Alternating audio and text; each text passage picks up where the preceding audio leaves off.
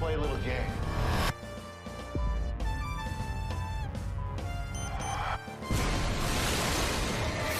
Why me? You just happen to find yourself in the right place at the right time. Really? At least I'm trying things. Take showers in it? Welcome to The Good, the Bad, and the Sequel. This is the movie podcast where we're talking sequels, and we do it in two parts. The first, an interview with an actor or someone involved that made the film worth watching. And the second, a discussion of the sequel, what they got right, what they got wrong, and how it could have been better. I hope you enjoyed last week's interview, which is like almost on the year anniversary of our first composer, our second music composer with Nathan First, and which was so cool when Jamie reached out to him.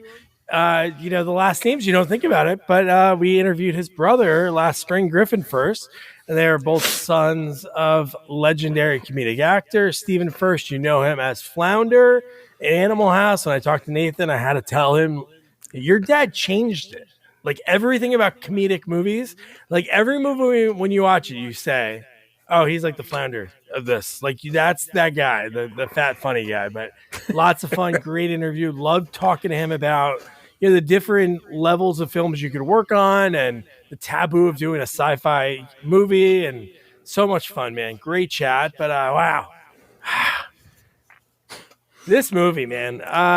So the sequel that we're covering is 12 Rounds 2, Reloaded.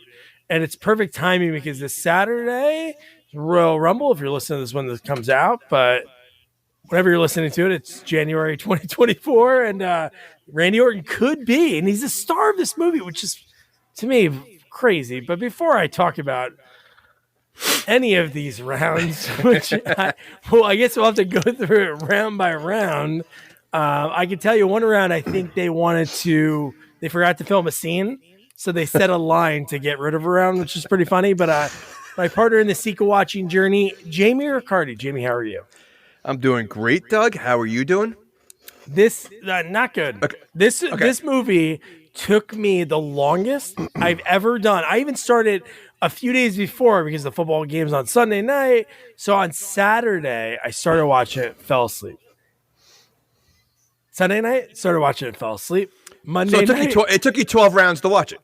It took me, yes. And then I finished it while I was eating lunch today during work.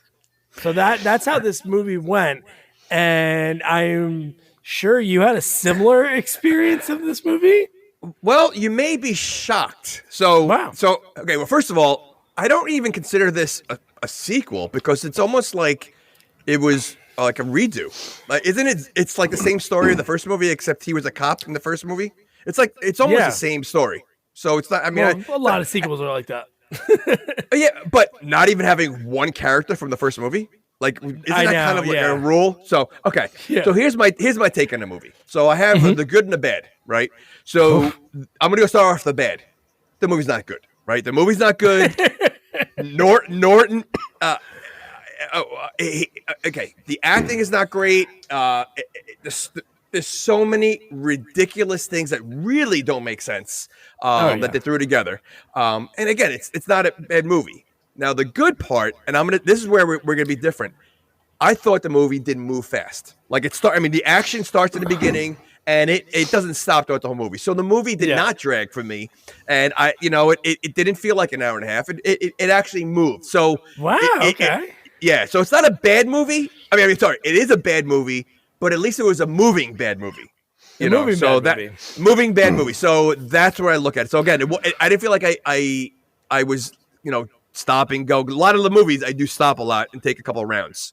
This one this one was a 1-round knockout. 1-round TKO. I like it. Yeah. And we can't be talking. We haven't covered a lot of action sequels in the last year. I think it's like we can't do it without our guest. I can't even think of all. I couldn't even name all the sequels, but I just remember memories that we've had of Under Siege 2. That's probably my favorite one.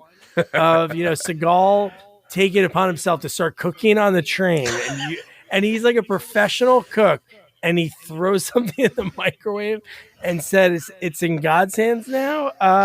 And of course, I'm talking about our action sequel expert Andrew. He's got the power. Andrew, how you doing, man? Great, Doug and Jamie. Happy to be here. Great to be back. Awesome. Yeah, Awesome. I feel like it's been a while, so this is good. Yeah, I mean, I can't remember. The last one we've done, I can't remember. I mean, we had a long hiatus, but we're back in action now. We are back in action. I can't think of the last one. What would it have been? I don't even know. Well, I think the last one involved a lot of bottles that Andrew was throwing in his place. Wait, it was the Jessica Alba one. What was the Jessica Alba one? Oh, Mechanic 2? Really? That was that one? Oh my gosh. That seems a long time ago. Yeah. So, Andrew, what was your take on this? Like, it was a very nice Die Hard 3 Enemy of the State law-abiding citizen ripoff. It was. I agree with Jamie. It was fast-paced. It was nice cut, hour and a half in and out. The dialogue was terrible. I think this was written by Vince McMahon right before they started shooting. They probably had a great script going together, and then Vince read it right before they shot and tore it up and wrote all new lines and went, "All right, this is good shit. Let's do this." That's what I feel like he did. And you know, you look at Randy. He's a big dude. Seeing him in an EMT outfit, it just didn't fit. Just looked like I mean, thank goodness I never needed an EMT, you know, at any point. But it just looked like it would be better off if he was some kind of cop or something. I don't know. It's like it just didn't fit him as an EMT.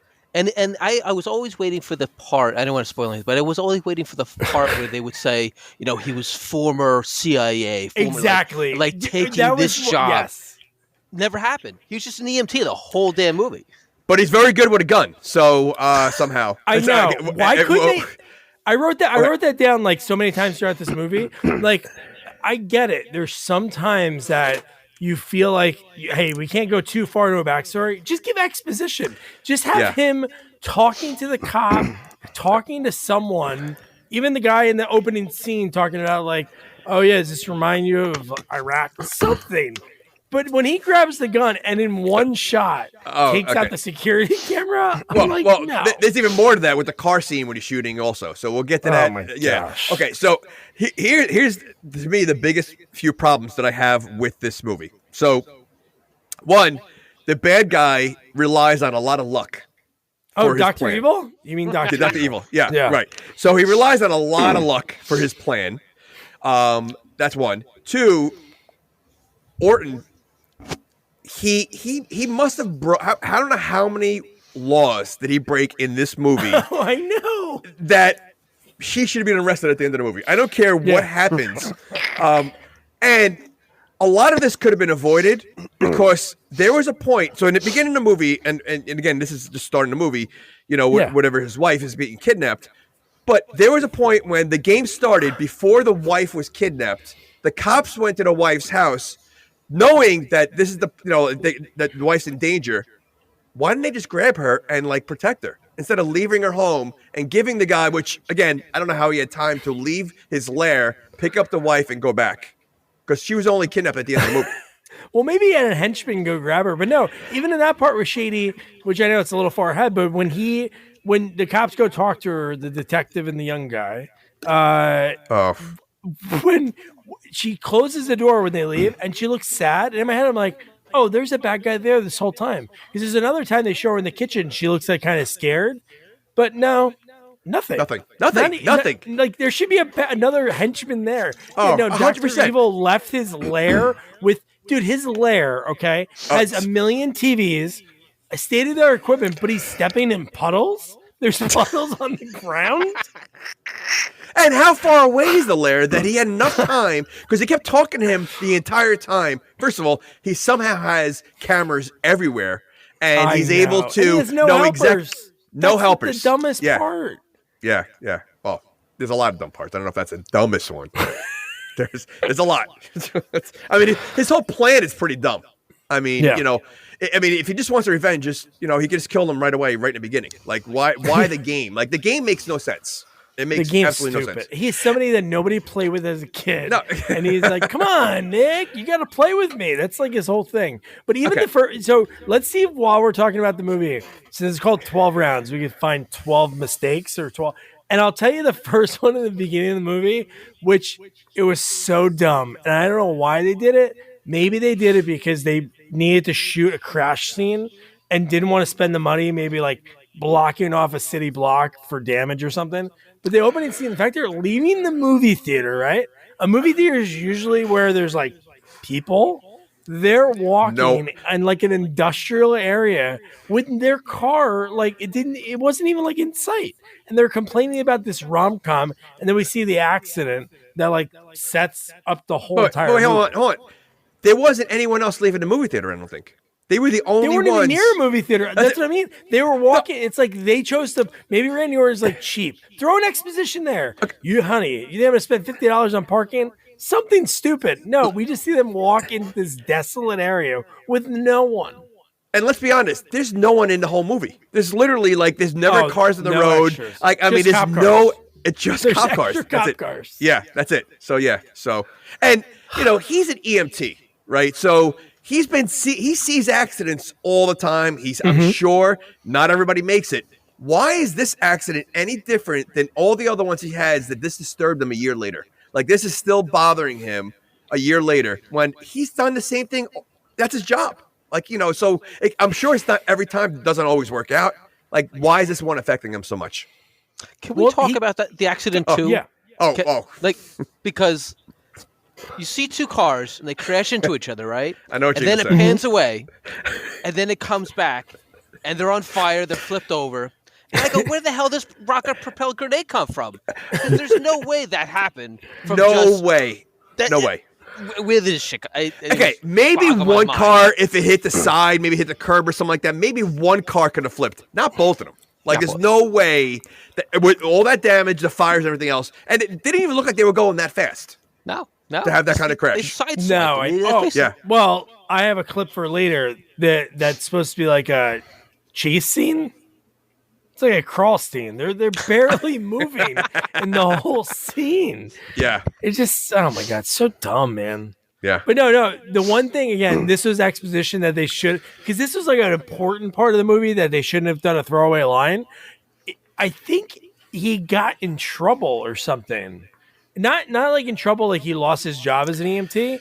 It's like he didn't follow some kind of protocol or something stupid. Because I think that's what was sort of like haunting him. But I feel like it was like one throwaway line. Because that's the dumbest part about this movie is Dr. Evil is angry because he saved someone? How would he know? Oh, wait, I see bodies, I see cars. Let me think back. Oh, which car was causing that accident? No, you just save whoever you can. And that's all he did. Yeah, I know. He did his job. I mean, like, and how does he not recognize Tommy? Because he saves him. I mean, and again, I understand if he's an EMT, he sees a lot of accidents, but this one in particular is the one that's haunting him.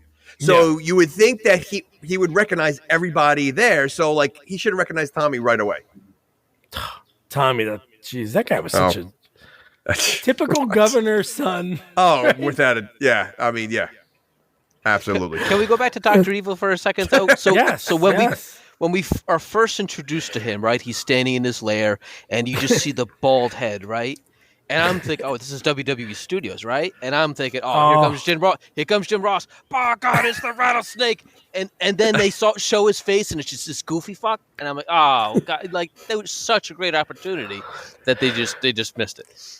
You know what, Andrew? I'm going to say something right now. I didn't like this movie at all, and I think this, like you said, the script is horrible. Like ChatGPT, that could have wrote this. That's how bad it is if they put it together like all of the Die Hard 3 knockoffs, because that's what I thought about when I watched this movie. And I'm sure there's so many other ripoffs that you don't think of, but this one is so like, yeah, get to this phone booth in time. And you're like, oh, I've seen this before.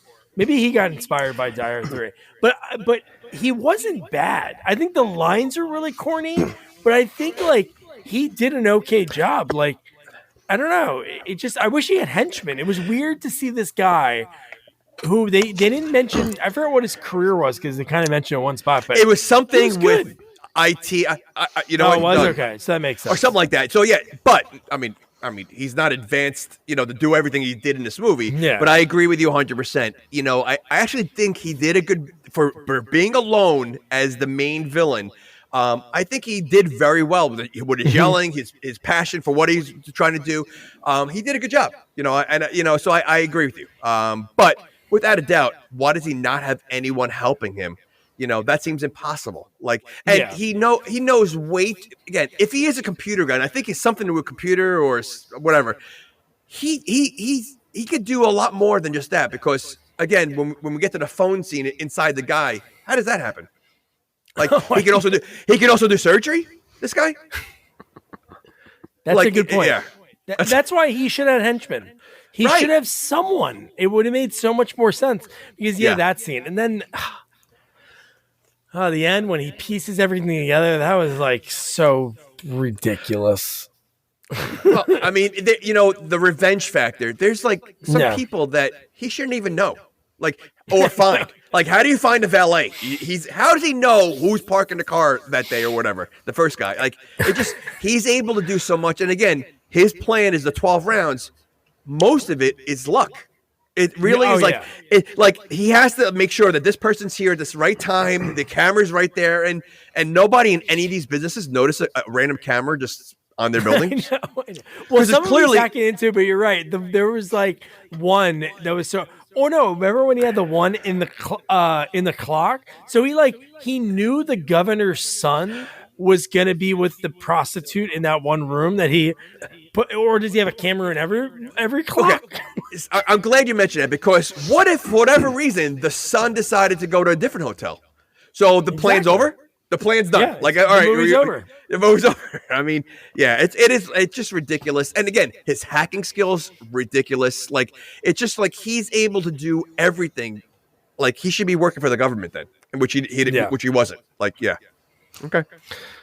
Oh man! Before we get into because the movie starts next, the one line. This is why I made it seem that I felt that he messed something up on that scene, which they didn't really talk about it. But she said the line of, "You're not that guy anymore, Nick. It's okay. It's been a year." So I'm like, well, "What guy are you?" He was a hero. Yeah, so that's almost insulting. You're not the hero anymore. Okay, that made no sense at all. That made no sense. Oh my gosh. Okay. This opening scene when he gets the first phone call, and again, why is he answering the phone? What does it say on the caller ID? Doesn't it say unknown or maybe? Why would that make him answer? The phone was on the guy, right? It was on the guy with the bomb in his stomach, right? Wasn't that where the phone was? Oh, no, because he knew to go there. He knew to go there. Oh, wait. We're talking about the hotel, or are we talking about the No. The guy with the guy. We're on round one. We're on round one. Yeah. Okay, so we're past that. Good. So he got a call to go to the spot where the guy was hurt. Yes. Yeah. And he knew that they were going to get the call. Again, they could have been getting coffee at that point. Somebody else, like you said, it's like Scream. It is. People got to be in the right place at the right time. Yeah. Or Ghostface wouldn't kill people. No, but when they do go there and they see the guy with the phone in his chest, they don't seem that concerned about it. That's not normal. And it looked like it was lit up. There was lights coming through his chest. So they didn't even question that. They were just looking, and they're treating him like he was hit by a car or something like that. That's to me, that should be a sign of all right, there's something fishy going on. This guy has a phone sewn into his chest. I mean, and he's lighting up like he's a doll or something. Did he have scars there, or was it just his phone? It looked like it was just the phone in there. You would think there would be mangled stars in the square where he pulled out he did his surgery. I feel like it looked like he swallowed it. That it looks like there's or Dr. Evil is a world renowned surgeon, and he's so good at making it so you don't see any stitches or something. But no, they weren't even alarmed. And the fact that he answered the phone, and that's okay. And he left the scene of helping this guy to answer the phone. Okay. And how did the guy get there?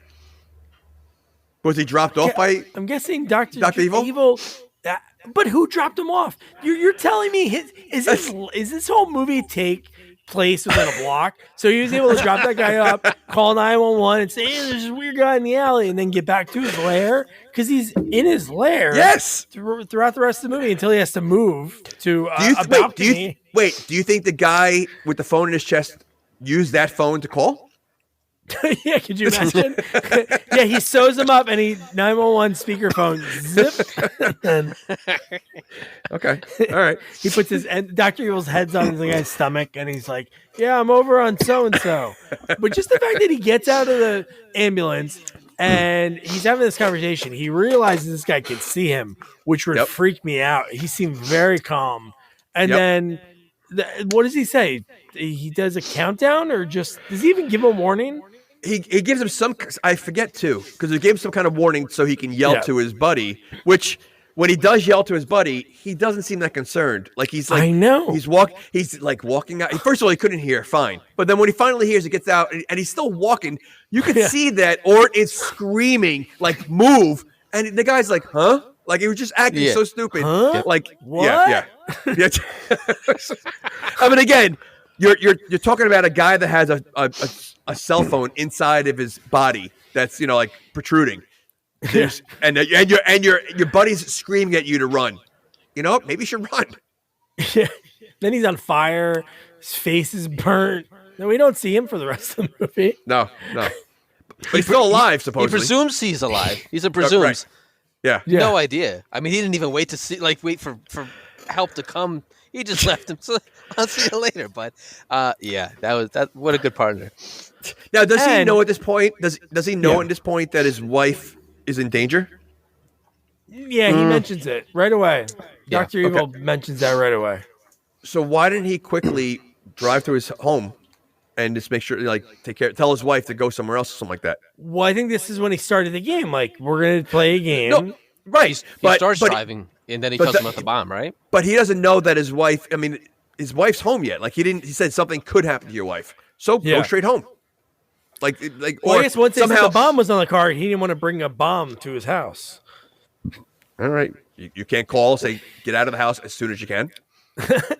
I mean, he could have given us some warning or something. But all right. So this is start around 2. The second silliest thing was, I know sometimes people can escape in the nick of time, but when he's running out, he runs out of the fence, and the cop car, the other ambulance and cop cars pull right past him, and you can see their lights on him, and I'm like, oh, wouldn't they get suspicious that a guy's running from a bomb that just went off and nothing? And he's very easy to spot. He's a big dude. So I mean, that's even worse. Like it's why is this guy running? From something? Yeah. Okay. Oh my god, dude. He has so many lines like the bad guy. I tried to write down, and I didn't want to do too many, but one he says to him, "Hey, I have your wife, and you need to settle up, right?" Because remember, it was all about writing the scales. Yeah, writing the scales, balancing the scales. And then he says, "We're going to play a game," and then one line he says, because Randy Orton says a blow off line to me. He goes, "That's exactly what it did to me," and he starts yelling. Wow, dude! He does a lot of yelling in the movie. He does a lot of yelling. He has some good lines, man. I think he did a bang up job. I've never seen him in anything else. Maybe this is his one shot. Again, it's for WB Studios, not trashing it, but I'm sure a lot of times if you nail the role, I don't know if you're going to go up to the next thing, but he was good. I think he was a lot better than I thought. How many people watch this movie? I mean, I guess enough people that they made a third one. So, yeah, and who's in the third one is Dean Ambrose. Who's that? Is that another wrestler? Another wrestler, yeah. Oh my gosh! Just like the Marine 3 and 4 is one of them was The Miz. The Miz, but was Mr. Kennedy in one of these movies? I feel like Mr. Kennedy was in one of these movies. I don't know which one. I think the Miz was in a few Marines. I think he. I still laugh that he started off in the MTV challenge. Road Real rules. World. It's amazing. Real World. All right. Unreal. So so now we're on when he's in round 2. So this is where he has. Oh wait, you know what? We forgot. So how is he able to get the video feed? Is it on the cell phone, or is he, or do we see Dr. Evil just watching the screen? But there's a gun that's pointing at the wife in the house, right? No, there wasn't. No, because the cops didn't even go there yet. There was no. I don't think that. I think the wife has been fine all this time. Yeah. I never sensed she was in danger once. No, I know, but I thought there was something of the guy looking at it. Maybe not. I don't know what the hell. You know. I got to tell you, these clues that he gets in this movie, there's no way he figures them out. Oh, I like know. three matches. Oh, round 3. There must be like or the like all these clues that he figures out. There's no way that he which room he finds exactly the room he needs to go to. I could guess that one because it was really easy. The guy made it pretty easy. It's round 4, the 4th floor, room 44. Okay. So he knew. Wait, he knew the guy's what's around his neck. That's what you got to grab. Well, no, I don't think that. Or the tattoo. Okay, so he sees the tattoo on his arm. Okay, how about when he grabs the glove? The glove's my favorite one. He's like, "Give me that," and he grabs it. And he's like, 1, 2, 3, 4, 5. This must be round 5. I'm like, no. Don't all gloves have 5? I know. He had a cabinet. Wait a second. Do they sell gloves if people have missing fingers? I would hope so. I would custom. So if someone has like fingers, like if they're missing like the 2 middle fingers but have the 2 outside, you think they sell gloves like this? Yeah, devil horns, man. Okay, all right. They have to do that. I'm sure if somebody has one leg, I'm sure they have to. Where have you seen it? Have you ever seen it anywhere? I'm sure a specialty store. I've seen gloves on displays everywhere. Never seen any less than 5 fingers. Or unless they're a mitten. It's like the mitten combos. Oh, that's how you do it. So the mittens have it right. Like a mitten you can sell to anyone. Gloves you really can't, because then you got it's like flapping in the wind. I want to know who invented the mitten, because like I feel like it's the dumbest thing ever. You can't do anything with the mitten. You can't pick up anything. You can't do anything with the mitten. Like, what was the point of that? Like, why couldn't they make that into a hand? The mitten is awful. Maybe they weren't good at sewing the fingers and they just gave up. They're like, let me close it off. And somebody's like, hey, that's not too bad. Okay. I don't know. I think the mitten is worthless. Because once you get one mitten on, it's hard to get the other one on because you don't have any fingers. Yeah. All right. So we alluded to this earlier, but like the next round is when he is in the car. Right? Is he in the car right away, or is this when he's in the car and then he gets he's in the car and then he gets right? He gets out of the car in the street first because then he starts looking for the bomb. Oh, okay. And then the guy somehow, again, exactly where he stopped, the guy knew, Dr. Evil knew that he stopped in the middle of the road. Like, he did, I want to know how many cameras this guy put up. I know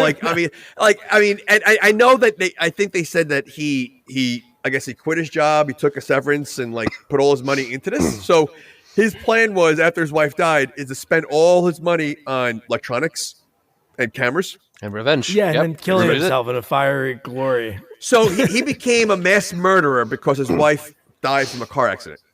Yeah. Okay. All right. That makes sense. She'd be proud. When he said that later in the movie, that like, so you're talking about these two psychopaths that were married. And so this is not their first killer, because I mean, like this is what she would want, me to kill a kid and his father and like the whole, like it's ridiculous. Yeah. Okay. So then this is where, and then once he tells him to finally get back in the car, or I'm gonna hurt your wife, and then Randy Orton's like a stunt driver because he does like a sweet turn, and then it parks right in front of the hotel, right? Mm-hmm. So how did he know to go to the hotel? Was that the matches? Oh, maybe. Yeah, but that was going. So was round 3 just getting to the hotel? I think so. I think it was.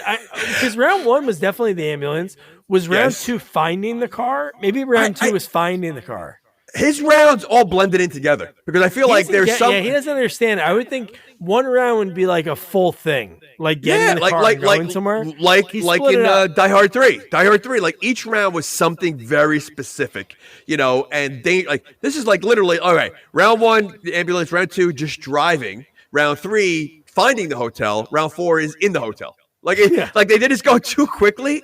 And I don't even recall, did he ever do all 12 rounds? Because I feel like there was a couple rounds that might have been missed. Well, yeah, we'll talk about the one that was sort of missed. I feel like he just he stopped doing rounds at a certain point. So, okay. Okay. Oh my God! This hotel, Andrew. How much do you think they charge per hour at this? It was bizarre. Downtown Chinatown. I think that was probably like $10 an hour. I mean that $10 an hour. Yeah, I can't. And again, all these creepy hotels always have like some kind of idiot behind the counter, like just always. This is like a college douchebag, like 20-year-old. Always. Absolutely. Yeah. So like, okay. Sorry, man. So you're telling me Dr. Evil got this guy involved also because he had to flaunt the key or whatever that's around his neck. So how did he get this guy involved? Like. I would love to see that. Like I said this when we talked about Scream 2 last. I kind of would love to see, maybe if some people don't want to. Yes, like see him walk up and be like, "Hey, how you doing? My name's Dr. Evil, and here's $50. Put this around your neck. Some guys, my buddy's gonna come here. We're gonna mess with him a little bit. Like maybe something like that. Nothing. But the kid seems clueless about what happens later. So I want to know what the conversation was that this kid knows that. All right. There's going to be a guy looking for a key. It's like a game we're playing, and because he looks completely clueless about the whole thing. Yeah, and what? It would make sense if he was involved because it takes away what we said earlier. How did he know what room to use? Yep. Again, he still has to go to that hotel. So maybe he convinced the hooker to get this guy to go to this hotel. He tells the guy at the desk, "Hey, when this kid comes in, room 44." Like, there's so many things. He had to convince so many people. And I bet you some of these things he'd be like, "Oh shit, I forgot to talk to the other guy, the doorman. I gotta get everybody involved." Ridiculous. And how did he know that Tommy had a tattoo of a smiley face? I know. Because he had the exact the smiley face on the door. Oh yeah. It was on the do not. Maybe he did that purposely. So maybe Tommy is such a drug alcoholic. He's like, "Oh, smiley face room, cool." Okay. The only time he would have met Tommy, it was probably in court. And Tommy, I'm sure, was not flaunting his smiley face tattoo. So how would he know that he's got a smiley face tattoo? Yeah. Okay. Instagram? Right. He probably has beach photos on Instagram or something. Dr. Evil's like, "All right, smiley face." Jamie, this isn't like the 40s or 50s. It's like, how did they figure that out? It's like, people post everything now. You're like, where's he have a mole?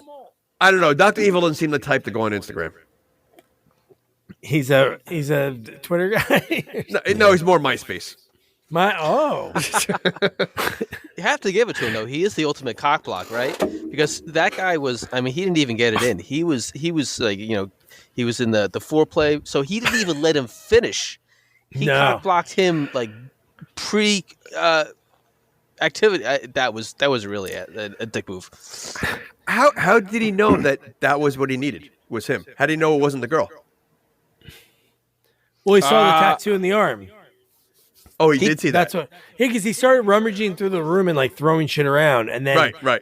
And then, Dr. Evil gave a line. He said, "Sometimes here's a clue. Sometimes what you're looking for is staring you right in the face." And the kid was looking at him, and then he saw the tattoo on his arm. Oh, he did. See, I didn't think he saw the tattoo. Okay. Yeah. Just guessed. I mean, he just guessed a lot in this whole damn movie. No, he 100% guessed a lot. But he never guessed wrong. He always guessed right throughout the whole movie. He nailed it every time. He did. I love how Tommy started acting tough to him. When Tommy's a skinny little guy. I mean, first of all, Norton did throw him around a little bit, and then he's acting tough to him. Like, what is he gonna do? Yeah. Okay. Oh my God, man. But then, the only thing that does make it a little better is I think Orton is so good on the mic in wrestling in front of a live audience he just seems so like robotic. Stiff. He was very stiff. Yeah, man. Yeah. Well, I looked up his IMDb, and he really hasn't made any other movie since, or like, and he really didn't make any movie before this. I think he might have been in one other thing. So clearly, they felt that he does not have a future in acting. Yeah. I think if if they let him write his own promos, I think it would be better. If they had him write his lines, I bet you it turned out so much better. But this is probably Vince McMahon writing all those freaking lines. Oh, they just had he had prime opportunity for like those lines. Even though this is a different type of movie, it's not like even like Die Hard 3. How many people did he really kill in that movie? Right? It wasn't really that many. He was just trying to save people. So it wasn't and they were still one-liners, and they were still one-liners. Yeah. So he absolutely could have done a couple of one-liners just to make his character have some kind of personality. Like he really had nothing. He was dry. Like he was just yeah.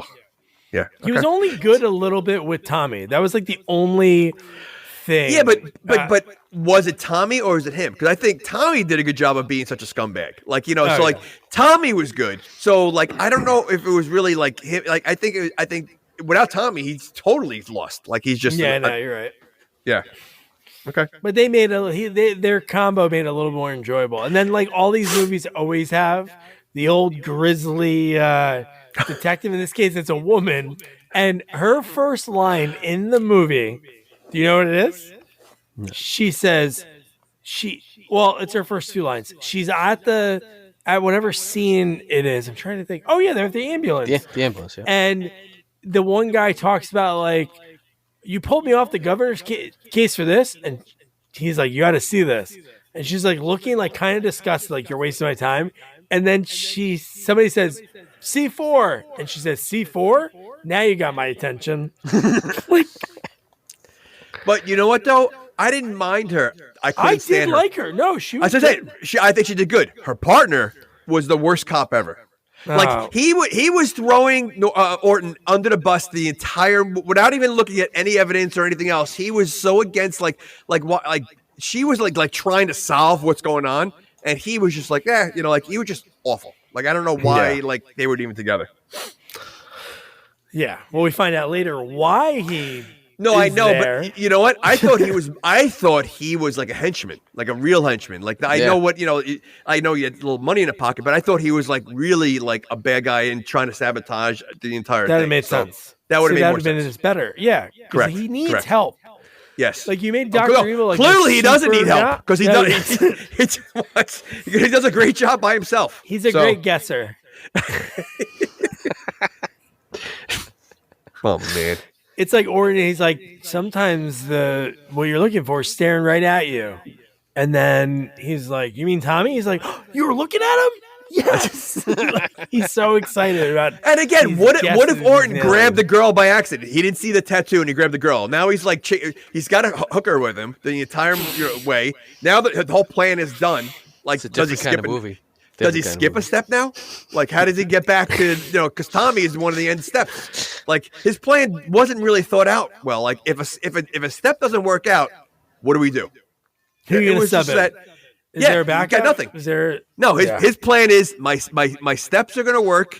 The stages are going to work no matter what. We're going to rely on luck, and it's going to happen. And it happened. Yeah. There was no plan. There was no backup plan. None. And one more thing about the lady detective. Was when she walks up and she's talking to the young douche detective and she goes, hey, how about we, do you guys notice this camera? Let's make sure we find out if we can get the footage from it. And then the guy's like, you guys didn't notice that? I'm like, it's huge. How did not anyone notice it? And there's nothing on the wall but the camera. Nothing to block it. Yes. And it's not a normal camera that you would have that's like surveying the parking lot. Like it's a different kind of camera. So it's totally noticeable. We kind of went over. We missed this part here at the hotel. How about the sex montage of Tommy and the girl? Yeah, like it was so out of the blue, and it was just going on for like a couple of minutes. Like, and then Vince was on set that day for when they filmed that. Again, that's good shit. Again. It's like that meme of him in the chair, when he's he's like, with Stacy Keibler. Yeah. Here's a line. Here's a line that was definitely, I don't know if like it was just written this way or Orton read it wrong, but he says, if anything happens to my wife, I will fuck you up so hard. Yes. It's just yeah. How do you say? How do you leave that line in the movie? Like that's not even. Oh my god! I know. And I mean, honestly, there's times when the Dr. Evil comes across like a nice guy because he keeps helping. He keeps helping him. Yeah. He's helping him like at least with John was it not Jeremy Irons from Die Hard. Like he really was like if they didn't solve something, he blew something up. Like there was no penalty because I feel like they missed a couple of timelines in the stages, and he was still just like across like there was no penalties at all throughout the whole movie.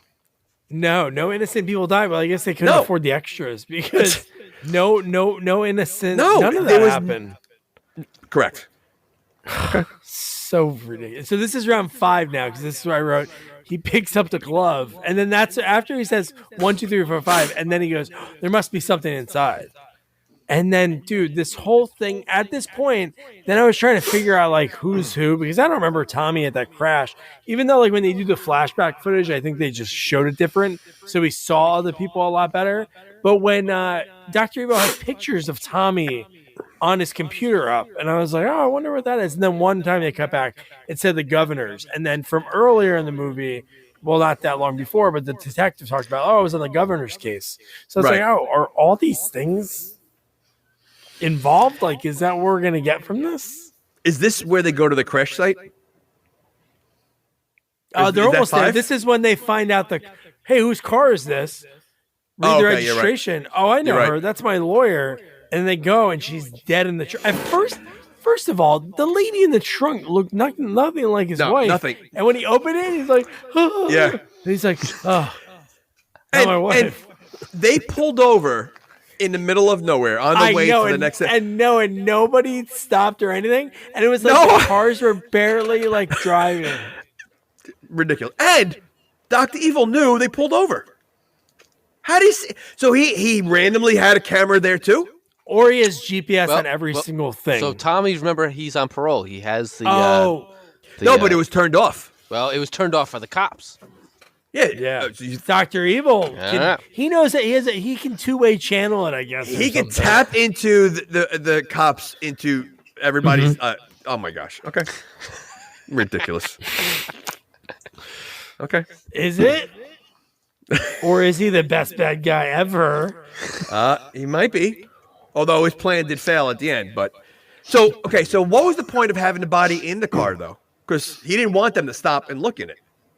Did he just not have time to get rid of it? Maybe. Yeah, remember, he's not such a tight time. Because he's a one-man show. That is because he really he was mad they got out of the car. He was mad they were like stopped. So like he didn't. That was not part of the plan for them to see that. That's true. No, he didn't guess that one right.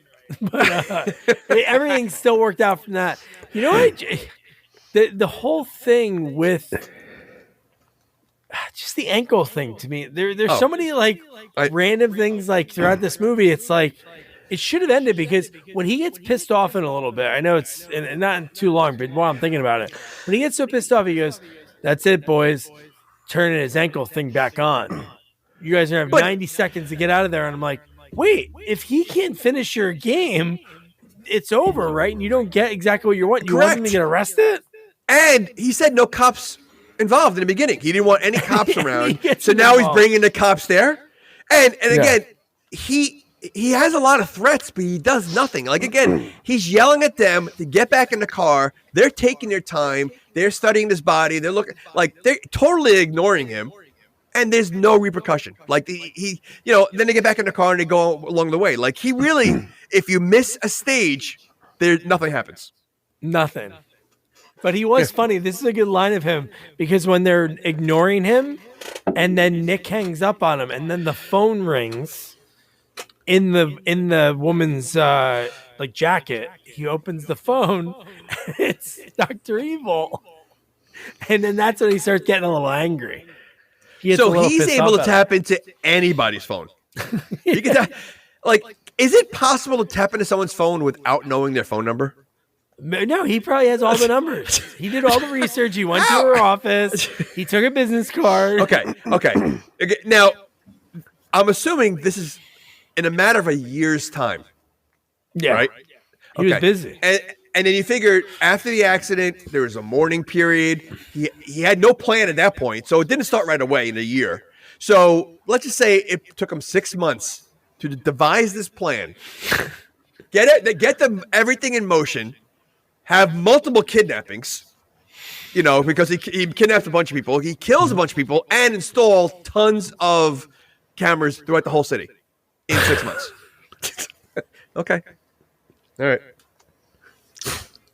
Can you imagine? Like, that's what I want. The movie of that. I'm like him hatching the plan, getting on a ladder, putting up a random camera in an alleyway. Like, there was no business there.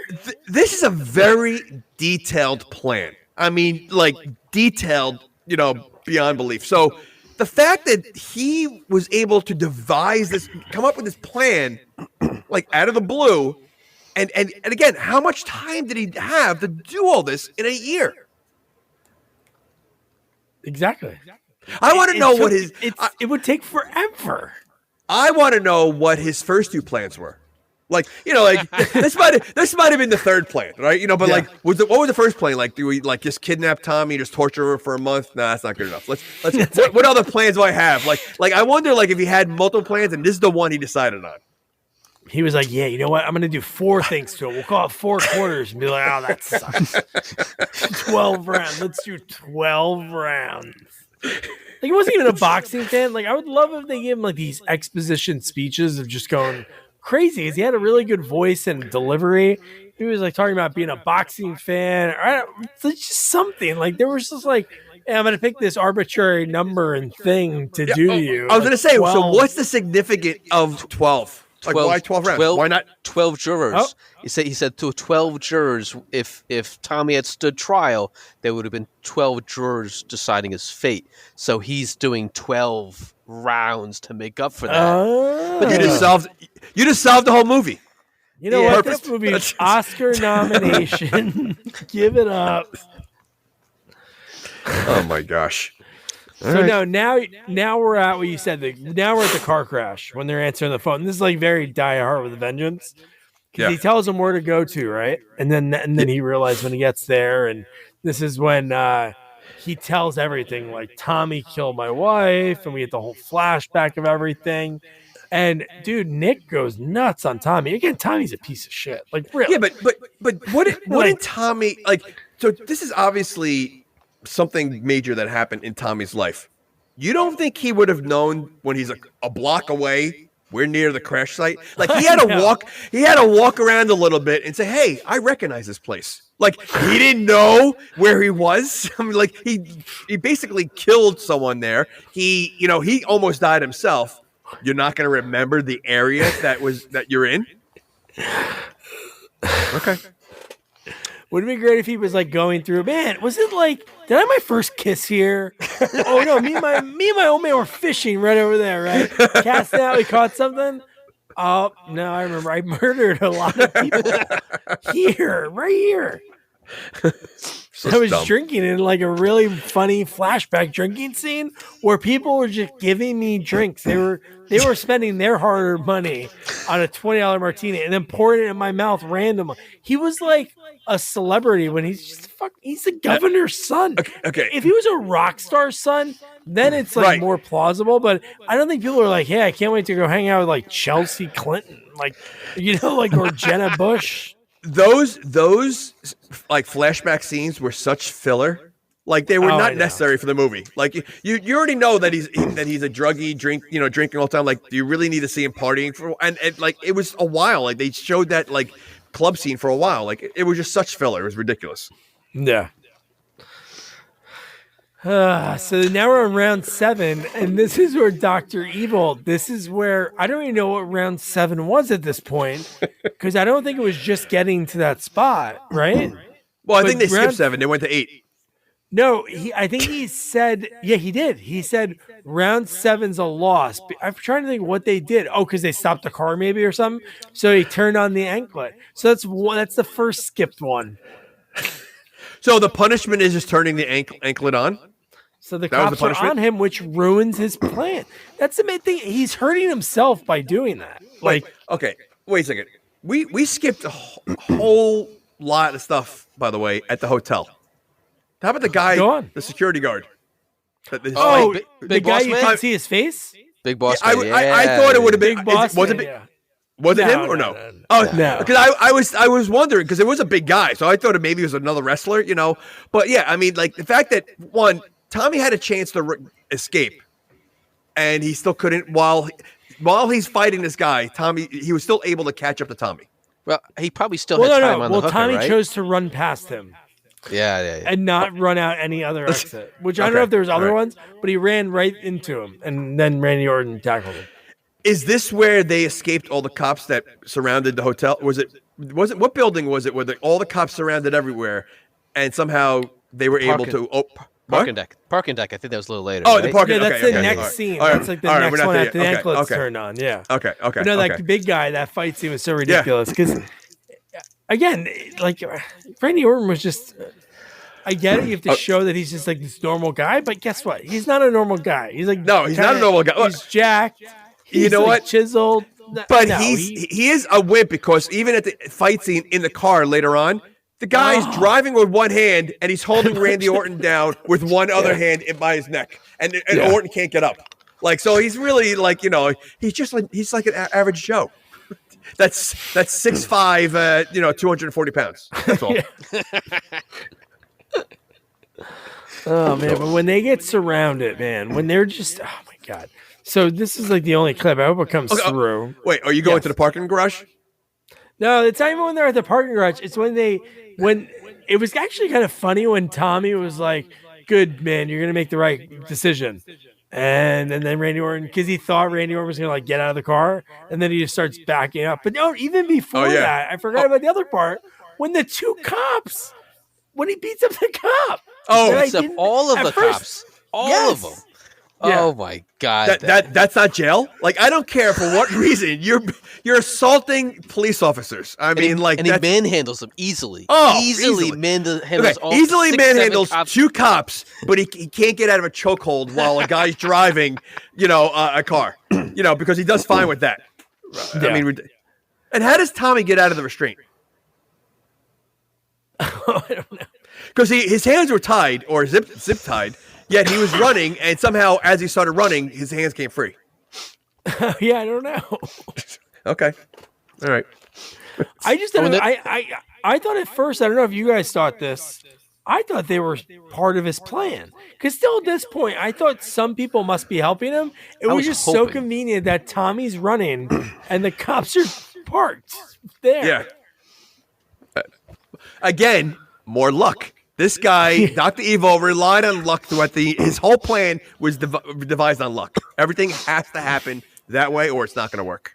Yeah. And yes, when he's surrounded by the cops, he drives in reverse for a long time. This scene almost looked like a demolition derby. It was literally like he was crashing to one car, the other car crashed into him, he was spinning in circles, the other car... I'm so glad you have this. Definitely seatbelts. Yeah. This is so silly. This is the first group of cops that surround him. But look at the turn, like when he does like this little like whip turn, like 180, they're barely moving. Like right now, they're not moving. And what road are they on that's that long? That they... Because there's no other cars around. Where are the other cars? And they're in New York, too. They're in New York City. Remember that. Yeah. This is not Demolition Derby. This is the Demolition... This is the movie theater road. This is where everybody parks to go to the movie theater. Oh, there's a random car. Yeah. But, like, why is he not, like... Wait, so where are the cops right now? Oh, this is the best part. No, but where are the cops right now? He didn't go anywhere. He just hit one... Yeah, they're worried about the tracking device, but they're in a cop car. They're in a cop car, right? Yeah, that is true. And again, where? How did he? just now, how did he get a loan away from the? Because literally a second before that, he hits another car. Did they just stop? And they're like, all right, forget it. This is going nowhere. It's Mario Kart. The balloons went away. They got hit twice, and the car's out of the game. But you're right. Yeah, it's like all of them were like, and they're like gone forever. They're gone. You're right. They were able to, and not even, he stopped driving for Tommy to try to pour water on his anklet. And right, Andrew, you're 100% right. He's in a cop car. They could track every cop car. So why does the anklet make a difference? Yeah, that's so true. Man. All they do is one call. Hey, he's one of our cars. That's it. Oh, so dumb, man. Yeah. So okay, so he just assaulted how many cars? He stole a cop car, and now he crashed into multiple cop cars. These are tons of felonies just right there. So okay. And what does he get at the end? Maybe like a accommodation from the city? That'd be good, right? Unbelievable. A civilian. This isn't even like a cop. This is like a civilian. $10 million in damage. But his wife's alive. Oh, okay, we're good. And what did that say about the cops? That he just basically had at least three cops cars, maybe four, on him, and he was able to get away. You're gonna be in my office at 6 a.m. Monday. We're practicing. He just got all those cops fired because they easily he was like. There's no way he should have been able to escape that. He gets away. Nothing. He does. He does. But I do love that. The only thing I do think that's funny about the scene is when he thinks like, oh, wow, this is great. I got away from like 5 cop cars. And then they drive for a little bit and they're surrounded by 50. And how far, again, I think you're right. I think the city is very small. So how far that and those 50 cop cars were stopped, right? Like they were like waiting for him. Oh, yeah. How'd they know he was going to go there? How'd they know that he was going to go there, that road? Well, they're good guessers, too, I guess. The cops are good guessers. So this is where he goes to the parking garage, correct? Correct. And well, no, before that, this is when he repeats over and over and over again. He says, this can't end now. This can't end now. This can't end now. And the guy's like, oh, yeah, I think we should get out. And he's, and then he just keeps going. Okay, so this can't end now, so let me drive into a parking lot that doesn't have a way down. Yeah. Like, wouldn't that be the ending? Like, of all the places to go with your car, like, you're going to go up a place where, once you go up there, oh, that's it. I mean, it's going to end. There's no other way you can get out of this. Like, why would you think that's the best option you have? Like, I want to know what was going through his mind that, all right, we're going to drive up the top of this parking garage, and then Tommy goes, and then... I don't know. I didn't think that far. I didn't think that far ahead. But how about that they're shooting at them so much? Like at this point, they're not even accused of murder. They think he might be involved with like his ambulance blowing up. But even at this point, the woman, I don't know if it's just before this, the woman sees the footage. She goes, "Oh, that doesn't look like somebody that's." He looks like he's talking to somebody. Like he's staring at the camera, so he kept staring at the camera. But no, at this point, they're shooting at their car. The pieces are flying off the cop car. And then once they're away, once he's able to somehow survive that and do the 180, she goes, okay, guys, hold your fire. How did she get up there so fast? Oh, yeah, I don't get that. Did she run through the elevator? And again, how did she know? Again, I know it's a parking garage, so you can only go so far. Well, yeah, but right. She was just there, and that's what made them stop. They were just getting fired up by 50 cops. But one woman put a gun point at, I'm getting out. What did you bring back up? What did she bring back up? Like, hey, you guys, come with me. Like she just went up by herself as a lone wolf. But yeah, like you go to a parking garage, those elevators take forever to get to the floor you're at. So, and it moves very slow. There's no way she got up there almost faster than the car did. Yeah. We skipped over how this movie might or might not have taught bad guys how to turn off their ankle bracelets. He's got to use a stun gun on it and make sure you don't move. I wonder if that would work. I bet you if somebody has tried that after they watch this movie. Well, if you could find the 5 people that watched it, hopefully one of them has an ankle bracelet. Well, the three are us. the other two, maybe there's a felon in there. But no, it was just so like, oh, they turned it off. That's great. But then this part when he shoots the thing, I wrote like we mentioned earlier, I wrote, does he have a military background? How would he nail this first shot? But what's even crazier is within seconds, she's like, okay, I believe you. Here's my cell phone. She like gives him within no time. She easily would bring him to at least the station to talk to him. Like, not like, you're going to believe the first thing he says, you know, that makes no sense at all. Like, there's no way. She did have a hunch. I mean, all throughout it, when everyone's throwing him under the bus, and she's like, "Nah, I don't think so." Right? Like, she's like, a regular EMT wouldn't be able to do all this. Yeah, so but again, Andrew, this guy just destroyed how many cop cars? Oh, and beat the shit of all the cops. Yeah, no, I mean, so like, fuck them. No. She didn't care about him. She could care less about him. And you're gonna give him a gun? Yeah. I mean, that's. She's like, who's this tall glass of water? Well, that's what I was thinking.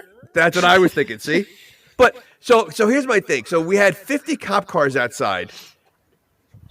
You would think they would be surrounding the entire parking lot. How do they escape on, like, it looked like there was absolutely not one person in that alley. Or it seemed like it was the biggest parking garage ever, because if you remember the young detective, you go to the south exit, you go to the west exit, you're staying with me, and I'm like, okay. And it took him a while to get up there, so it was pretty big. But somehow they didn't cover that side where he was able to. There's an alley right behind the parking lot. First of all, like a little alley, and not one cop there. Like, you had 50. You could have held hands and probably circled the entire parking lot, and that like you would have covered your entire base. Yeah. No. Oh man, the next round I was very interesting because this is the only time you really thought. Because I think even at this part, we didn't know about the other future people that are going to die and how their connection was.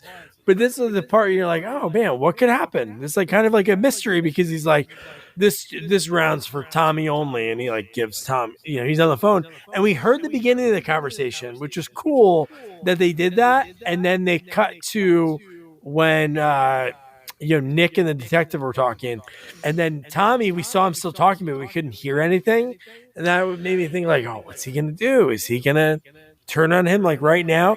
It was really shady because Tommy changed his character, the way he was talking and everything. Yep. Yeah.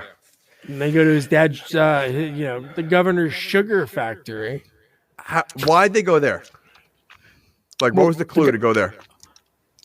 He probably just said, "Hey, moron, go to the sugar factory." that guy's not figuring out a riddle. Okay. Because I half these clues, I had no idea why they're going there. They just somehow got, I got lost in half of these clues because I couldn't follow along. I don't know how they did. Yeah. So, okay. Maybe he was like, okay, drug addict, here's a little rhyming game. Booger. And he said sugar. And he's like, oh man, I would love some cocaine. And then he was like, your dad's factory, you moron. And I love that. It was like closed down, right? That was the line. He goes, yeah, I used to come here when I was a kid all the time. Hasn't been open in ages. But Dr. Evil got sugar, like shipped in there for just tonight. Tons of it. And all the machines work. Like, if it hasn't been used for ages. You know what? Like, I think you could probably be the dumbest person and know the way a conveyor belt works. If he would have just stuck it in one of them, it would have like stopped the whole thing, because it would have got like stuck, and then nothing would happen. He's just trying to like break this box the whole time, and I love that he left that twice, right? Twice. Yes, he left them twice. Dug him out super quick. Two of them. He goes, I'm gonna go try to figure out how to turn this thing off. Which he failed the first time, and then something told him to go outside and find a truck that had the keys in it already. I know that was working. That's working. Started right up. But the keys are there. I mean, like, of course, again, this factory has been used in years, but somehow that truck has the keys just sitting there for anyone to grab. And I didn't know that if you raise the shovel part of the truck, it stops the machine because the sugar stopped falling. As soon as you put it's a great idea to slow it down, But there was no more sugar falling at that point. Okay. Wait, did they steal the truck already, or was that right after this when they broke the back windshield and he hotwired it? Or that's how they got here. That's how they got there. Yeah. Okay. So he knew how to hotwire also. He knows that. Yes. He said, it was a troubled youth. Yeah. Oh, okay. Okay. Yeah. Great. That where you learn the demolition derby and shooting guns at like a very high accuracy rate? Yeah. Yep. Oh my god. So this scene's actually pretty badass, I think. This really showed the guy, like, because this is when he reveals himself. Like, I don't even, in between this and then is when he's gone, right? This is where we see him only on a balcony. He has to leave his lair. But he has his wife now. Yep. So again, at what point because throughout the movie we saw conversations that he had with them on the phone, and we kept going back and forth to the lair. The wife was nowhere. She was still at the house. So when did he have time to go get her in between the camera going to his lair and seeing him staring at these TVs? Yeah. Like there was not one point throughout the whole movie that he wasn't looking at the TVs. Not one. No. Well, so the only other time was when he was on like when she mentioned, we were able to trace whatever the IP address. Andrew, do you remember? Was it like they traced one of the cameras or something? I forget what it was, but we're able to get an address. Yeah. They traced his location where they thought he was at. I would say the only time that he wasn't in contact was when they were driving the park in the garage, right? Because then there was just, I don't think that he would. So one, he didn't know that, did he know where they were at that point? Because I don't think there was no communication. So. Right. So was that the time that he's like, all right, I got to book it now. And he jumped in his car, ran, drove to his house. It's like ridiculous. He's out of breath. What if he's like the next door neighbor? What if they like the next door neighbor? It seems like everything's within like a block radius. Like it seems like They make it look like it's in a cave, like in a James Bond kind of cave, the way he is. But it could probably be the guy's upstairs house. Like they only showed the one area. They didn't show any other area of the lair. Well, I was just going. The only thing I was going by was like the puddles on the floor. It seemed like it was like we didn't see exactly where it was, but when they got there, right? Isn't that when? Is the lair in the sugar factory? No. So then he also had time to get there. Yeah. No, the lair is where the other guy was. The guy that he glued the gun to his hands. That was the lair. The judge. Oh, okay, you're right. Yep. Oh. Yeah. Okay. All right. But I do love when he calls Nick. This is after they just saved the governor, and this is when Nick is like kind of fed up, and he talks shit to him, and he's like, "Why don't we talk face to face? I'd love to see what kind of coward you're," something like that. And then I know where he's on the catwalk, and again, Tommy survived his round, which just happens to him twice. He wins round 8. And then Dr. Evil still shoots his dad in the chest. And then I love that he's still talking. How does it feel, Tommy? And then he shoots him again. Yeah.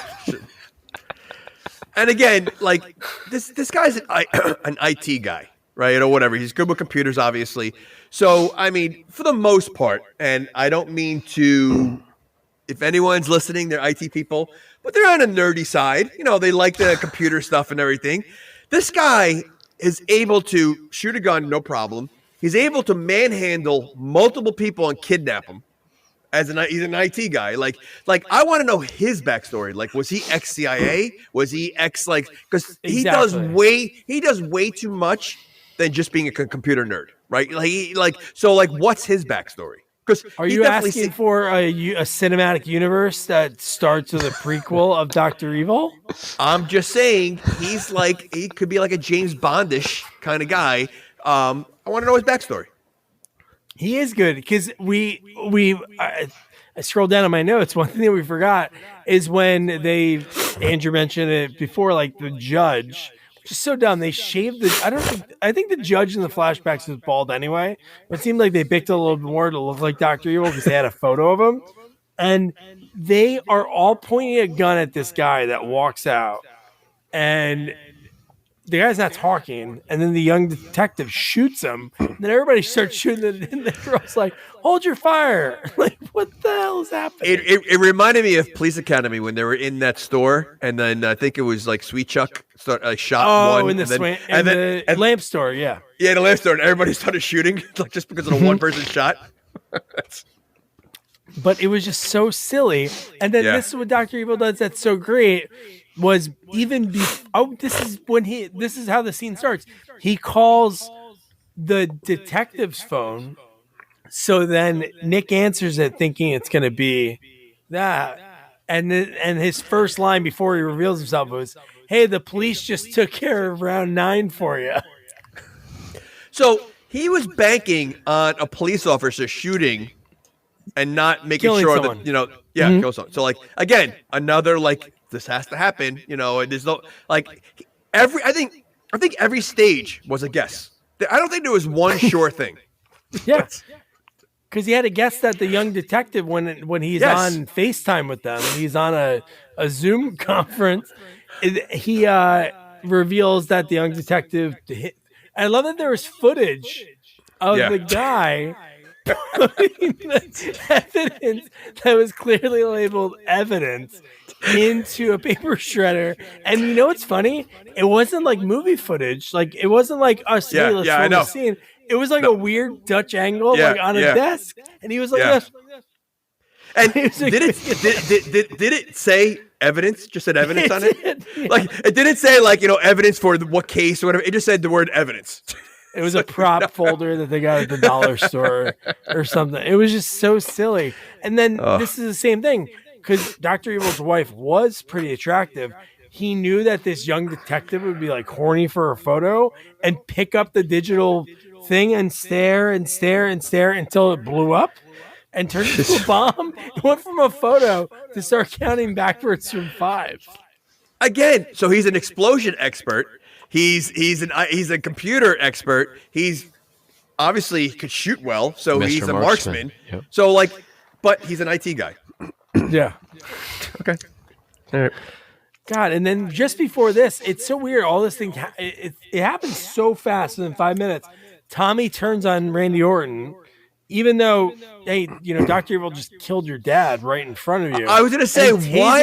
In the back of the neck. Why would he, at this point, what does he have to lose? I mean, like, wouldn't you want his help? He just killed your dad. So why are you still listening to him? Listen, the way Tommy acts the rest of the movie, because he literally laughs in Dr. Evil's face later on. Like he doesn't help his case at all. Like it made no sense that he turned on him. Yeah, I know. Unless it would work. It would work if his father was still alive, right? Yeah. Then I could see it. But the fact that he killed his father, it just makes no sense why he's listening to the bad guy. Yeah, and his round is good. Round 11. So what was round 10? Round 9 was round 10 him murdering his dad, like shooting the governor. It makes no sense. Round 9 was the judge. What was 10? Round 10 was the shooting. Yeah, shooting his father. Or was 10? Tommy tasering Nick. Maybe. Well, yes, because that's his round. Or he gets a lot of rounds. He saved his dad in round 8. And then his dad died, but then he has 10 the phone and call 11 for him. What was the phone call? 7? The phone call was after 7. Phone call was after 7. That was the day. So lost. 7. Okay, so round 7.5 was when he got the phone call for a future. So like you combine 7.5 with 9.5, and that makes a full round because 9.5 is when he tases Nick. Okay. Yeah, and then round 11 is his own, and we never utter the. Do they utter the words 12th round? Or does he say this is the last round? No, well, the 12th round would have been him. So, okay. So, are we in the car at this point? No, we're not. But I'm saying. Oh, no, okay. But I'm saying, wouldn't that have made sense? This whole movie is led up to, let's announce rounds. You're in this round. We do this round. Would he say, "Hey, Nick, this is the last round"? I don't know. I thought he said final round. I think he said final round. I think he said final round. Final round. Yeah. But so back to oh my God, dude. When again, the chance that his plans are getting bad because he gives this guy a 50-50 shot. Here are 2 bottles of your favorite alcoholic beverage. Okay, first of all, like Tommy's acting. First of all, they both had the poison in there or whatever. Like, there's no way. No, they didn't. They didn't. Oh, neither one had it? No, I think one did, one didn't. That's why when Tommy started drinking, he was like, look. Yeah, I know that.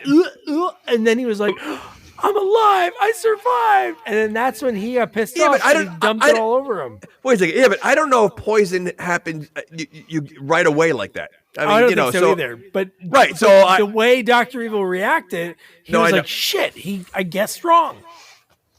He was going to shoot him anyway. I mean, but would you're sitting in that chair, you're at this point, like, would you like mock the guy that has a gun to your face the way Tommy was? Like, he's laughing. I win. Like, why would you do that?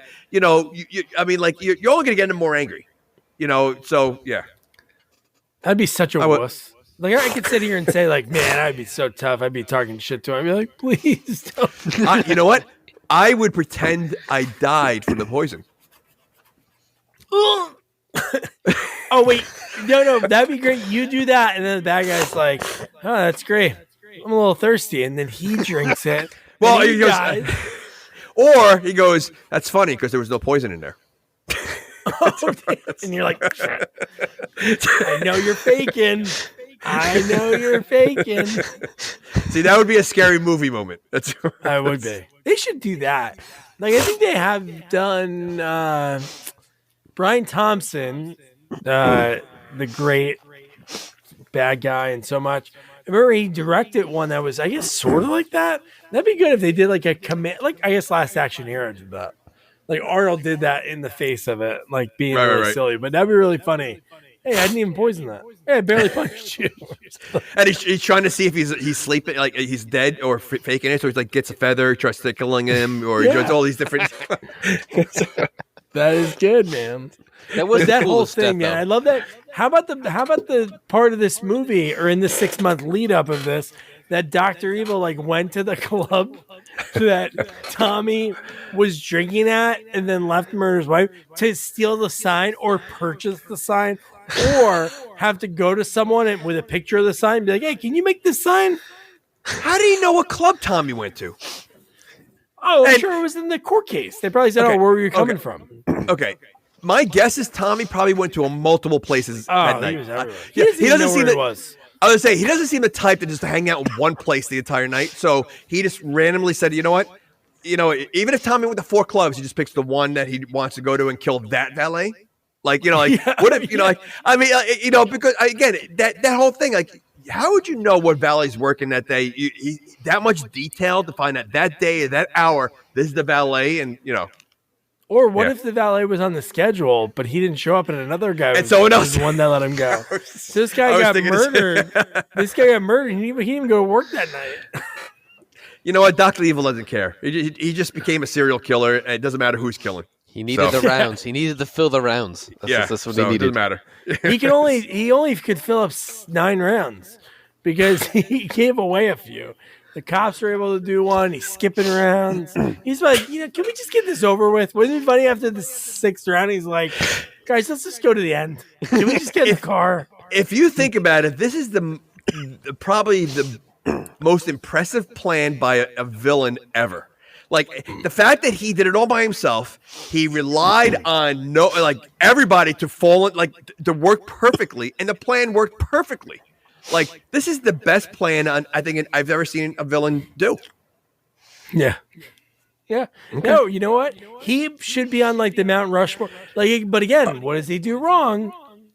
Just like every bad guy, you can have the greatest plan so elaborate, took him 6 months to plan out, but the bomb's going to take 2 minutes to go off. It's a lot of time that Randy Orton, who's not like a little scrawny guy, and you use just zip ties.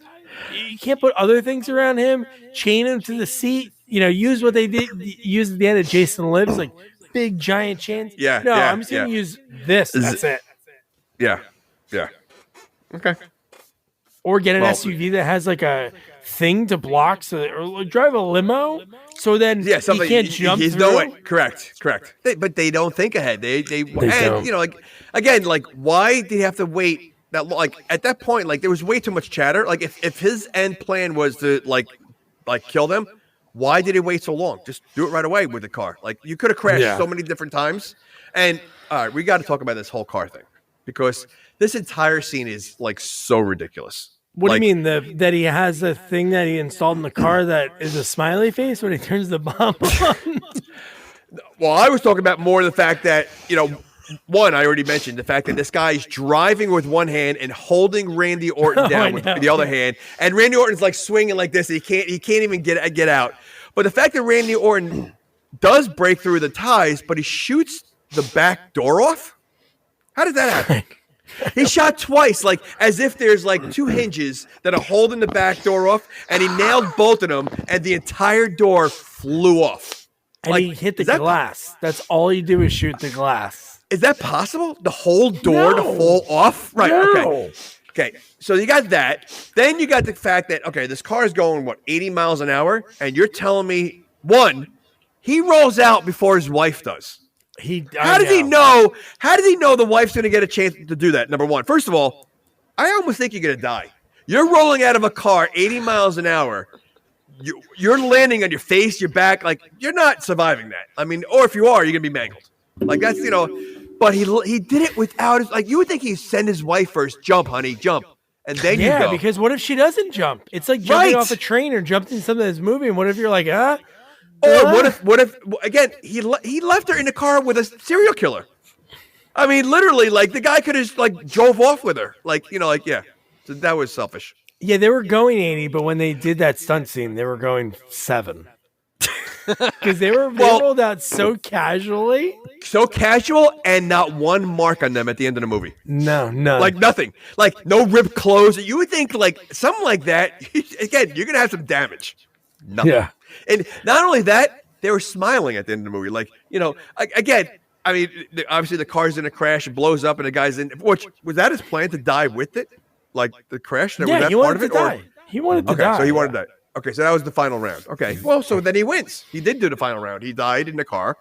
Okay, but the fact that multiple people died throughout this movie, multiple crashes and damages throughout the whole city, and the cop, the woman cop, Nick and his wife, and they're all smiling. Oh, I know. Like it's a happy ending. Like, this is great. Like, you literally, there's probably about 8 deaths in the whole movie. And like how many things are destroyed? The city's going to have to pay for it, everything else. Big tax bill. It's going to be pushed down onto the middle class. And nothing. And this guy's not getting punished at all for anything. No, and I do another great, he had some opportunities, some great lines, and this is one where he really delivered Dr. Evil. Like, I thought all of his lines were great, but just one-liner wise, she says, "Go fuck yourself," and he goes, "Honey, that's exactly what I intend to do." And then that's when he pressed the button that put a smiley face. But the thing that was very disappointing with all of this technology, I was hoping when the bomb went off, it turned into like a frowny face. But it just turned red. So it was still smiling, but red versus blue. And again, why the timer? Like, you mentioned that. Like, if you have the capability to blow something up, like, do it right now. Jump out and whatever. Like, jump out with the receiver and then push it when you're out of the car. Like, why do you need a timer on it? So the only explanation is because, remember, he called 911 and he advised him that there's going to be an accident coming up very soon. So he gave him a heads up. Yeah. So we gave him 2 minutes to get to that intersection, assuming there's no traffic, assuming that he can get there in 2 minutes. I don't know.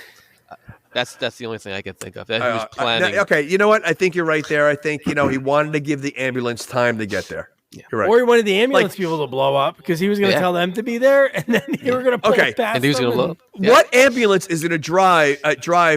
Listen to a 911 call where someone says there's going to be an accident. Okay, there's no accident. So why would the ambulance even leave? Like, there's obviously some crazy guy calling. I would assume the police are going to show up. There's a crazy guy or something. But yeah, okay. The lady detective's there. She's there. She's watching the whole thing. Where was she that she got there that fast? Like, well, no. I mean, again, she pulls her car next to him and disrupts it a little bit. Yeah. How? Like, how'd you know where to go? Ridiculous. Oh my gosh. And that was that again, you're right. The movie definitely did go fast, I guess. There was just not a lot going on. This is the shortest notes in like, almost 5 years doing this. This is like the shortest that I've ever had. Well, think about it. There's basically 4 characters, right? I mean, we're not including all the dead ones, that you see them, but there's 4. There's 5 characters, including the wife. You got the 2 cops. You have Nick. You have the Dr. Evil and the wife. That's it. Like, there's no other characters, and you're only really looking at 3 characters throughout the whole movie. So what else is going on? Like, there's nothing outside of the whole movie takes place in this car, basically. Yeah. And they did the big reveal in the middle of the movie too, which is kind of weird. They put the puzzle together, right after like 6, 7, and then there's still another 45 minutes left of the movie. You're like, and not only that, like they like you said before, they were showing the villain just like from the legs, then they show the back of him, like as if it's going to be like a surprise later on. Mm-hmm. No, 2 seconds later they show his whole face. Like they were leading as if it's going to be someone, nothing. So you knew who the villain was right off the bat. You knew then you knew the story right off the whole reason for it right in the middle. There's no excitement. Like it's nothing. Like there's no suspense ending at the end of the movie. Like how it's going to end. Yeah. What's funny? I was going to use another reference to name him the whole movie, but I thought it'd be very dated. But I think he might have looked more like him, Paul Schaefer. That is pretty dated. But I don't think people would get that reference. No, they wouldn't. That's pretty funny though. Because he had like the face of him, like they look like worms. They look like if worms were people. Wait, worms? Yeah, wait, you're saying the guy, the main villain looks like a worm? Sort of. Have you ever seen like how creepy the Alice in Wonderland, like the early 90s, like Disney movie? Oh like my the gosh. caterpillar, maybe. Wasn't there a video game about a worm? Earthworm Jim? Earthworm Jim. How is that out of a movie yet? Sonic's doing good. How about Super Booger Mario Man? Brothers. Do you remember Booger Man? I remember Booger Man, yeah. I don't think he's going to get a movie. I would see that. But Earthworm Jim, I would see. Nicolas Cage as Earthworm Jim, maybe? Oh, my gosh. He'd do it. But yeah, so that was 12 rounds to reload it. We'll go with our action sequel expert guest. So I think we talked about like the movie throughout, like how we liked it. So I'll ask you that, of course. Would you recommend somebody watch it? But what was your like favorite part of the movie? Take it away, Andrew. So the favorite part of the movie was definitely Tommy burning.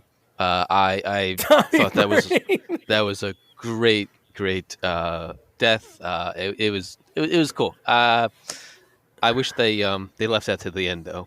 But no, I like that it was short. It was action packed. Would you like the 6 degrees of Charles Bronson for this movie?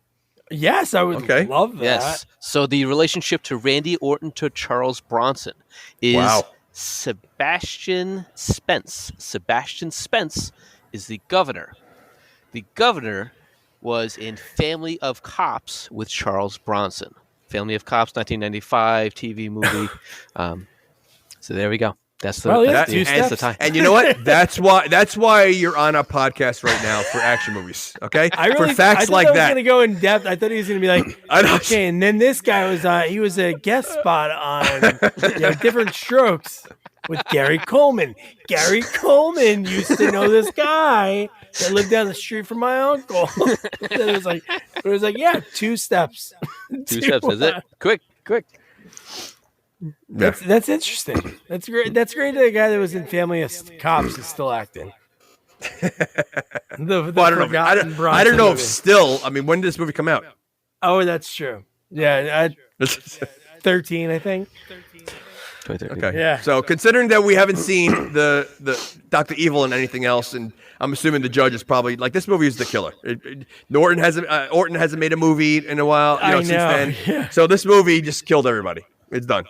That's why it's so amazing with like The Rock and John Cena and Batista. Because it's hard. A lot of guys have had that shot. It just didn't work out. No, Kane has done a few. I think Edge was in a, but no, those Edge three was guys. Edge was in Money Plane that came out like 2 years ago. He was in a couple things, but I think those guys. But you know what I mean. Yeah, I mean, but I think Batista's great. I think it's very, very funny. Yeah, and I think But yeah, all right.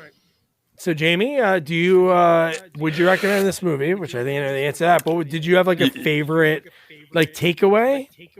I would say besides the movie ending, that was one of my favorite parts. No, not recommended. And if I had to pick, I would say maybe the fight scene with the big boss man. I don't know. I'm reaching. There's, I mean, there's really there was opportunities. No, there wasn't. That. It's like there wasn't. There should have been more fight. I think the lack of henchmen ruined that because you don't have those people he can go against. Well, that's what it is, right? I mean, I would like to see him do like some kind of domino effect and like just take out other people. I would honestly, when he was fighting the big boss man, I was waiting for an RKO. Yeah, I know. They should have thrown that in there. Like or that would have been like kind of move. No, but I mean, at least that listen. What's his name? Stallone did a suplex in Rocky V. So there's no reason why he could have easily done it. And I think people would have like appreciated it. I think it would have been funny like to do in that scene when he was fighting that guy. That'd be pretty good. And so our guy, Heller. Oh, you didn't answer his real name. What? You didn't answer the question. I'm gonna, but I'm saying while I have it up, Brian Markinson is the actor. Busy guy. He was in Godzilla. He was in like the recent one. With King Kong? Yeah. Oh wow. Not that one. But no, he was just in Painkiller, the miniseries. Okay. 7 episodes on Mad Men. So yeah, he was on a lot of stuff. Mayor of Kingstown. Okay, I saw that. Look at that, man. Good for him. I liked him. Yeah, no, I would not recommend this movie at all. And I would say probably my, I don't know. Again, there were so many opportunities that we could have had things. And man, I would say just Dr. Evil himself, because I really think for a terrible script, a person, a scene partner, even though it's not like they're really talking on the phone, that just didn't give it back. Like he just wasn't. Maybe if Randy Orton was a different actor, if he was just like, I know we talked about this so many times, my favorite type of action movies are the accidental action. The guy that doesn't know anything. He just seemed like he knew how to do too much, maybe because he was jacked. Maybe that's why. I think you're right. I think if you take the guy who played the villain and same kind of character and you put him in a different movie, he would stand out so much more. And I think because of the movie that it is, he can't get as much credit because it just does. But I agree. I think he did do a good job. I thought he was believable. He was he played a good villain. It just the story was awful. Like the whole story was awful. So. All right. Die Hard with Vengeance. That's exactly what it was. So, Andrew, thank you for coming back. And we got to make sure we need more action for the next one. That's what we got to do. But thanks, Andrew. So the next sequel that we're going to be covering, this one was a lot of fun. I talked with actor James Dumont. This guy, like a lot of times when we do these, this was one that there's this PR guy that has hooked us up with some really cool people. So I looked at James' IMDb, and you can only tell a story. You can see, they're in this, they're in that. But just the fact that he grew up he went to high school in Chicago with everyone. John Cusack, all those people were auditioning for the same roles. And that's how he got his first big job, was on a movie that he got beat out by Andrew McCarthy. It was that Class movie with Rob Lowe. Like he was going out for and he's like, man, this freaking guy from New Jersey is the guy they hired, not even like the Chicago guy. Man, his credits are unreal. We're going to be covering, he was in Jurassic World, but most people probably know him if you saw Candy Cane Lane, the new Eddie Murphy Christmas movie. He's in that. But his big thing is playing Chad on the Righteous Gemstones. And really cool little thing is his son's on the show. And he told me this awesome story about Danny McBride walking into him and his son's trailer and saying, man, this is so great, man. I got 2 Dumont boys. on my show. And he's like, dude, you're Danny McBride. That's the cool part of this whole thing. So yeah, some cool stories. He teaches how do people do self-tapes. So he was, when COVID happened, he was like ready for it. Even though it did obviously slow down his work, he was really good at doing that. So he was able to hone his own business, helping people out, because it's hard to do it without having a director or cast director say, hey, try it this way. So no, a lot of good stuff. But we talked right when the strike was ending, so he had some really cool perspective on a lot of things. So so that'll be fun. So Jurassic World, that'll be a good one. I don't know if I saw it. I mean, I this is one with Chris Pratt or no, or this is one of the old ones. No, Chris Pratt. This is the first Chris Pratt. Oh, this is the first. This is the first one he did. This is the first one. Yes, this is okay. This is years after Jurassic 3. Okay, because I know I saw that one, and then he made like three other ones. I might have saw the second one. I didn't see the third one. So, but this is the good one, I think. Mm-hmm. Right? Was this pretty like good? The first one, because it's the beginning. So they're like the park. It's a music park, and good cast too. Like really funny people in it. So don't forget to review, rate, share our podcast. Follow us on all social media at Sequels Only. And don't forget to check out our website, sequelsonly.com. Good night. Good night. Good night. Good night, guys.